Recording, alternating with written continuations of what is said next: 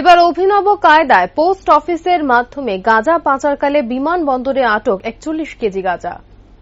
রবিবার এমবিবি বিমানবন্দরে পোস্ট অফিসের মাধ্যমে গাঁজা পাচারের সময় বিমানবন্দরে চেকিং এ উদ্ধার হয় 41 কেজি গাঁজা। পরবর্তী সময়ে বিমানবন্দর কর্তৃপক্ষ খবর দেয় এয়ারপোর্ট থানা এবং পোস্ট অফিসকে, কিন্তু খবর পেয়েও পোস্ট অফিসের তরফ থেকে কোনো প্রকার সাড়া পায়নি এমবিবি বিমানবন্দর এবং পুলিশ কর্তৃপক্ষ।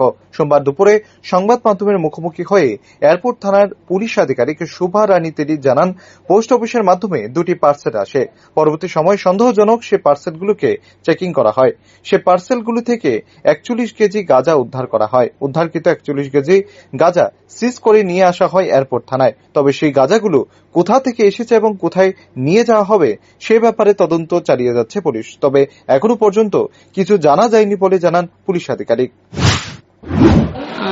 একটা নাগাদ আমাদের কাছে একটা খবর আছে এয়ারপোর্ট থানাতে যে কার্গো স্ক্যানিং এর এখানে দুটো পার্সেল আছে, সেটা পোস্ট অফিসের মাধ্যমে এসছে, বাইরে যাবে। কিন্তু স্ক্যানিং এর সময় ওনাদের কার্গোর যে অফিসিয়াল আছেন ওখানে ওনাদের একটু সন্দেহ হয়, তখন ওনারা পোস্ট অফিসে ইনফর্ম করেন, অ্যাকর্ডিংলি থানাতেও ইনফর্ম করেন।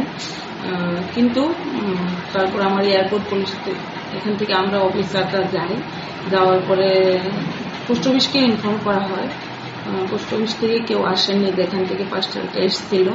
তারপরে এস পার ল আমরা সেটাকে ওপেন করা হয়। ওপেন করার পর সব প্রসিডিউর মেনটেন করেই ওপেন করা হয় পার্সেলগুলো। দেখা যায় এখানে গাঁজা ছিল দুটো প্যাকেটের মধ্যেই টোটাল 41 কিলো। তারপর সেগুলিকে আমরা সিজ করে আনা হয় পুলিশ স্টেশনে।